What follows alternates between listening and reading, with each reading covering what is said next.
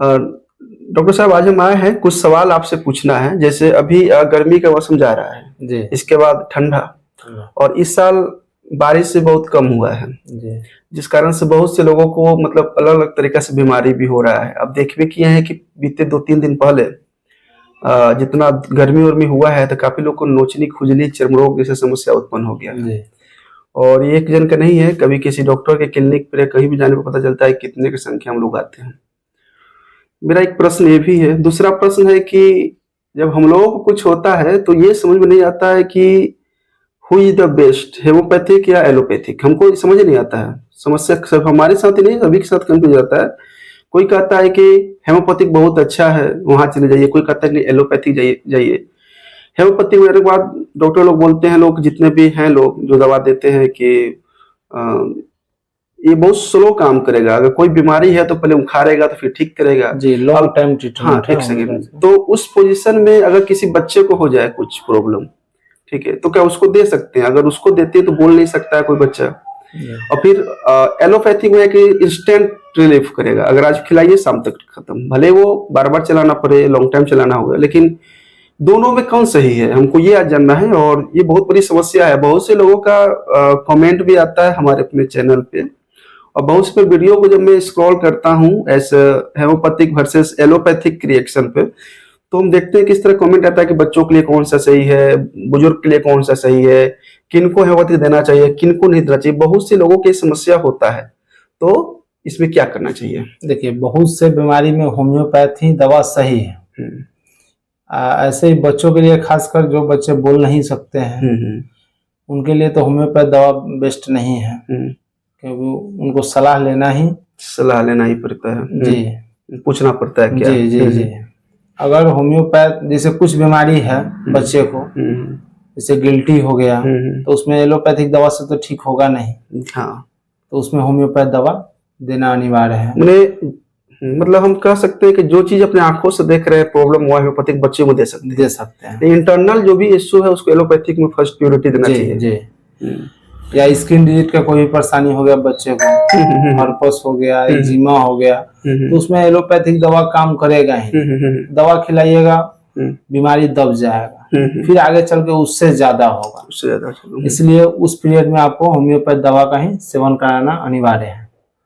उससे तुरंत क्योर होगा, थोड़ा समय देना होगा। लॉन्ग टाइम ट्रीटमेंट है होम्योपैथ। अच्छा, ये हेमोपैथिक एलोपैथी के कितने एज के बच्चों, मतलब कितने एज के बाद बच्चों को हेमोपैथी देना चाहिए और कितने साल के बच्चों को नहीं देना चाहिए, इसको थोड़ा सा मतलब क्लियर कीजिए। देखिए, शुरुआती दौर से कोई भी अगर बीमारी हो तो होम्योपैथ, तो जन्म के बाद से होम्योपैथ दवा दे सकते हैं, लेकिन सभी बीमारियों में नहीं दे सकते। कुछ बीमारी जो है, अब किसी का किडनी में प्रॉब्लम है तो उसमें होम्योपैथ दवा नहीं दीजिए, क्योंकि वो बोल नहीं सकता है, चेकअप होगा। उसके लिए पहले तो उसका चेकअप कराना जरूरी है। 2 साल से ऊपर के जो बच्चे हैं उनको होम्योपैथ दवा आप खिला सकते हैं किसी भी परिस्थिति में। अच्छा, तो ये हम देखते हैं कि हेमोपैथी डॉक्टर साहब जो लोग भी होते हैं जो इस विभाग से जुड़े हुए हैं, क्योंकि इस दवा को हम प्राकृतिक औषधि बोलते हैं। जी जी।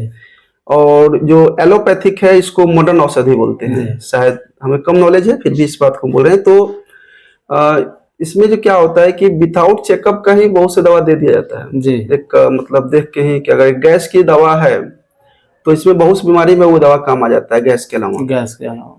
और एक एलर्जी का दवा है तो एलर्जी के अलावा बहुत सी बीमारी में मतलब सुनते हैं कि एक हेमोपैथी की दवा पूरे बॉडी के लिए है, बॉडी के लिए, उसका साइड इफेक्ट है ही नहीं। लेकिन बच्चे में समस्या हो जाता है कि उसको चेकअप कराने के बाद जो होगा उसको देना चाहिए, क्योंकि वो बोल नहीं सकता है, 2 साल के कम उम्र का है। 2 साल के कम उम्र का है।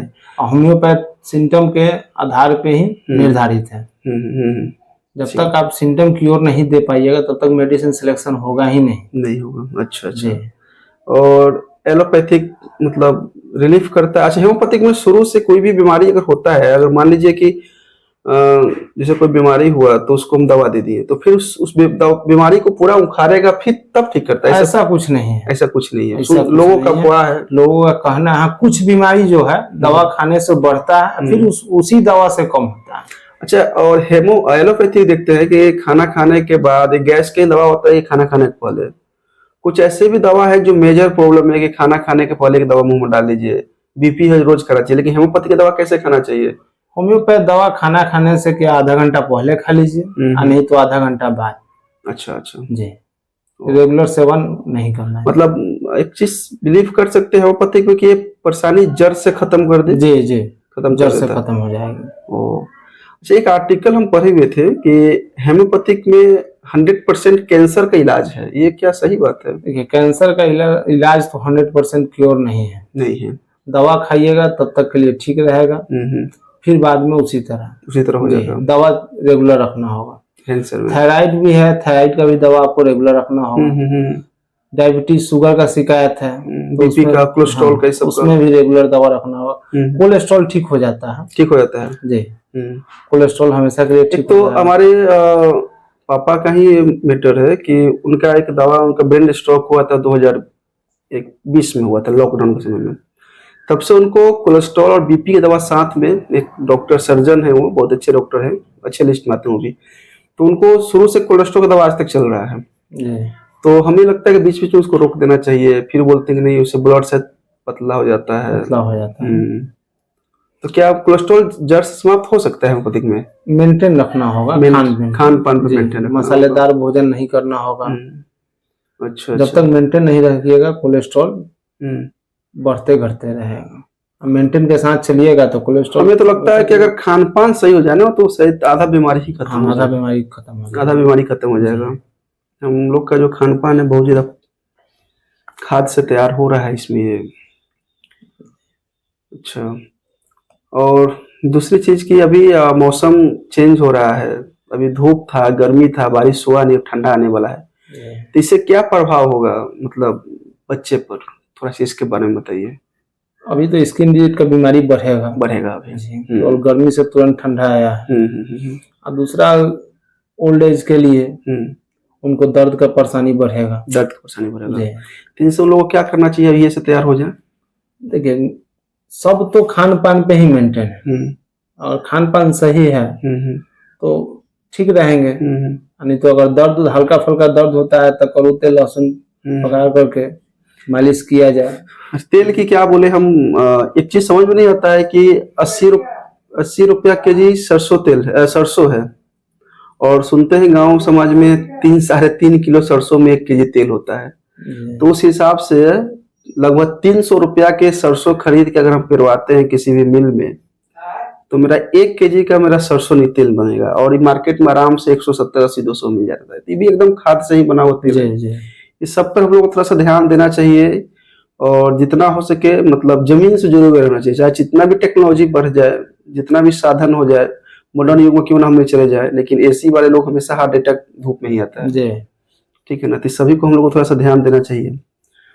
और ठीक है डॉक्टर साहब, आप इतना समय दिए इसके लिए बहुत बहुत धन्यवाद, और फिर मिलेंगे एक अगले वीडियो में एक